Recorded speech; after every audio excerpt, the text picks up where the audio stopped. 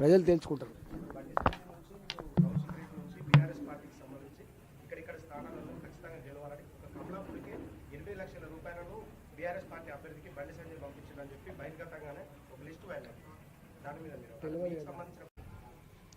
మాకు ఎవరు అక్కర్లేదు, మాకెవరితో ఐడెంటిఫికేషన్ అక్కర్లేదని చెప్పి చాలా గ్రామాలలో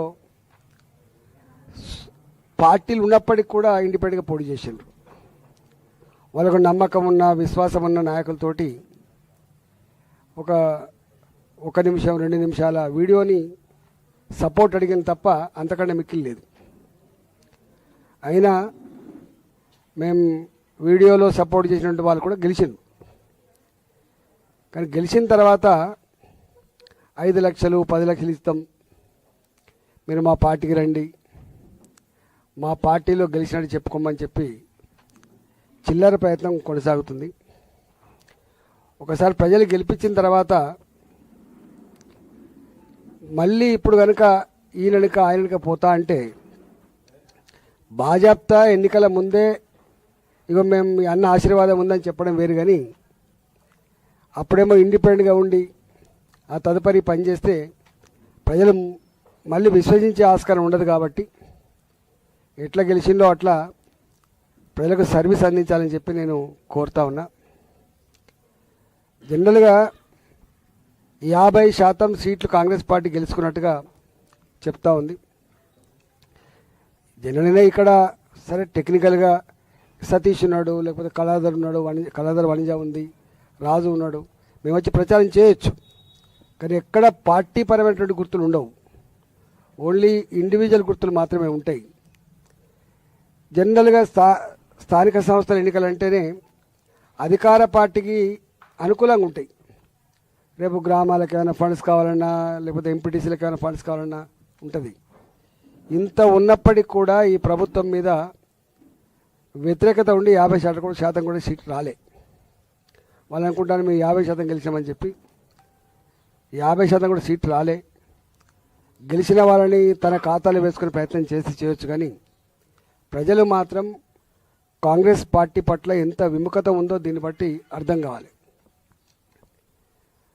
రేవంత్ రెడ్డి గారు ఈవెంట్ మేనేజర్ లాగా మారిపోయిండు.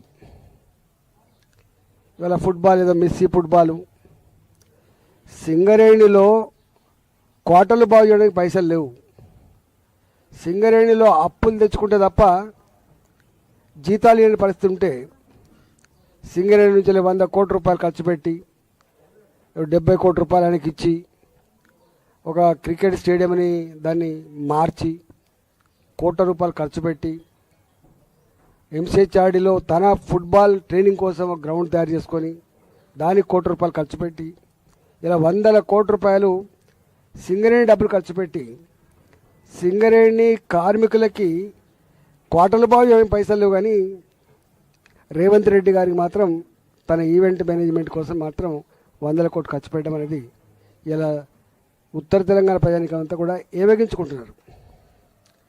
రెండవది, ఎక్కడ కూడా ఏ ఊరికి పోయినా ఒకటే అంటున్నారు, భర్తకు పెన్షన్ ఉంటే భర్త చనిపోతే భార్యకు వస్తుంది తప్ప భార్యకు వయసు మిగిలినా కూడా పెన్షన్ వస్తలేదు. 3 రకాల పెన్షన్లు, అసలు హ్యాండిక్యాప్డ్ వాళ్ళకి సర్టిఫికేట్లు ఇచ్చిండ్రు, అప్లోడ్ చేసిన ద్వారా పెన్షన్ లేవు. ఇవాళ భర్తలు చనిపోయిన అనేక మంది వాళ్ళకు పెన్షన్ లేవు, కొత్తగా పెట్టుకున్న వాళ్ళకు పెన్షన్ లేవు. 4,000 రూపాయలు 6,000 రూపాయలు దేవుడు ఎరుగు, కానీ ఉన్నదాన్ని కూడా ఇస్తలేరు. ఏ ఊరిపోయినా గ్యాస్ సిలిండర్ల మీద కూడా ఎప్పుడో ఒక 4 ఏళ్ల క్రితమో 5 ఏళ్ల క్రితమో వాడుకున్న గ్యాస్ సిలిండర్లు యావరేజ్, అంతకుముందు 3 సిలిండర్లు వాడినారు 4 సిలిండర్లు వాడిని చెప్పి వాటికే ఇస్తున్నారు తప్ప ఎక్కడ కూడా పూర్తి స్థాయిలో సిలిండర్లు కూడా డబ్బులు పడతలేవు. కేంద్ర ప్రభుత్వ పరమైన 46 రూపాయలు మాత్రం ఒక సిలిండర్ మీద టంచన పడుతుంది తప్ప రాష్ట్ర ప్రభుత్వం ఇచ్చేటువంటి సిలిండర్ల మీద ఇచ్చే సబ్సిడీ మాత్రం పడతలేవని చెప్పి గగ్గోలు పెడుతున్నారు. ఇక మిగతా హామీలు అంటే అవి ఎక్కడ అమలైతలేవు. అది రైతు బంధు కావచ్చు, అది మహిళలకు ఇచ్చే 2,500 రూపాయలు కావచ్చు, నిరుద్యోగ యువతకి ఇచ్చే 4,000 రూపాయలు కావచ్చు, ఏ ఒక్కటి కూడా అమలు కావట్లేదు. నేను తెలంగాణ ప్రజానికాన్ని విజ్ఞప్తి చేస్తున్నా, ఇవాళ మాటల గారిలో మీడియాని మేనేజ్ చేసి ప్రజలను అదరకొట్టి బెదరకొట్టి ఈవెంట్ మేనేజ్మెంట్ లాగా నడుపుతుంది తప్ప ప్రజాప్రభుత్వంగా మాత్రం నడపలేరనే విషయం గుర్తెరగమని చెప్పి కోరుతున్నా. ఇవాళ ఈ సర్పంచ్ ఈ వార్డు మెంబర్ ఎన్నికల్లో కూడా విపరీతంగా డబ్బులు ఖర్చు పెట్టి మద్యం ఏరులై పారిచ్చి ప్రలోభ పెట్టేటువంటి ప్రయత్నం చేసి ఖాతాలో వేసుకోవడం కాదు, ప్రజాభిప్రాయాన్ని గెలుచుకోవాల్సి ఎక్కడ ఉందని చెప్పి నేను విజ్ఞప్తి చేస్తున్నా. మూడవది, ఈ మధ్య వారం 10 రోజులుగా చూస్తున్నాం, బీఆర్ఎస్ పార్టీ వేల కోట్ల రూపాయలు కుంభకోణం చేసిందని చెప్పి స్వయంగా వాళ్ళ కూతురు మాట్లాడుతుంది. లేదు లేదు, మీ భర్తనే ఆనాడు కేసీఆర్ బిడ్డగా అల్లుడిగా మీరే చేస్తున్నారని చెప్పి పడుతున్నాడు. నేను మొదటి నుంచి మొత్తుకుంటున్నా, హైదరాబాద్ నగరంలో పొట్ట చేత పట్టుకొని వచ్చిన వాళ్ళు 30 గజాలలో 40 గజాలలో 60 గజాలలో ఇండ్లు కట్టుకుంటే 40 ఏళ్ల క్రితం కట్టుకున్న 50 ఏళ్ల క్రితం కట్టుకున్నటువంటి ఇండ్లని నిర్దాక్షిణ్యంగా హైదరాబాద్ నుంచి కూల్చేస్తున్నారు. వాళ్ళు కట్టుకున్న ఆశల సౌదాన్ని కూల్చేస్తున్నారు. మరి పేదల పట్లనేమో గీ న్యాయం ఉంది. ఇప్పుడు మనం చూస్తున్నాం, పెద్దలేమో 2,000 కోట్ల రూపాయల భూములు, 3,000 కోట్ల రూపాయల భూములు, 5,000 కోట్ల రూపాయల భూములు. మరి గిన్ని ఆరోపణలు వస్తున్నా కూడా మరి ప్రభుత్వం ఏం చేస్తున్నట్టు ప్రజలు ఆలోచించమని చెప్పి కోరుతున్నాం. మేము మొదటి నుంచి మొత్తుకుంటున్నాం, పేదలకు ఒక న్యాయం, పెద్దలకు ఒక న్యాయం. ఇవాళ కొన్ని సందర్భాల్లో కోర్టులను కూడా మేనేజ్ చేసే ప్రయత్నం చేస్తున్నారు, మేనేజ్ చేస్తున్నారు. నా దగ్గర ఎల్లమ్మ బండి అని ఉంటుంది కుక్కడపల్లిలో, 97 ఎకరాల భూమి, అది ఎకరం 70 కోట్లు 80 కోట్లు ఉంటుంది, దాదాపు 7,000 కోట్ల రూపాయల భూమి.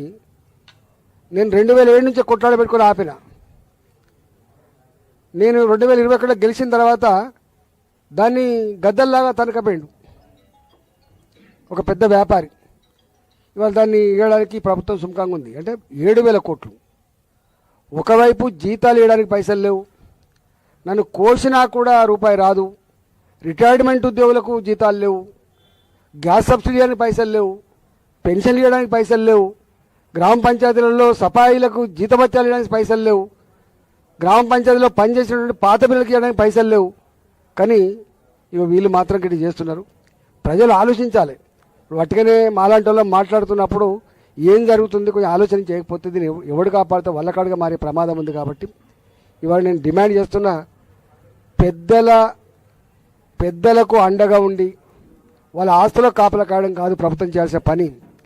ప్రజాప్రభుత్వమే అయితే పేదల గుడిసెలు కూలగొట్టకుండా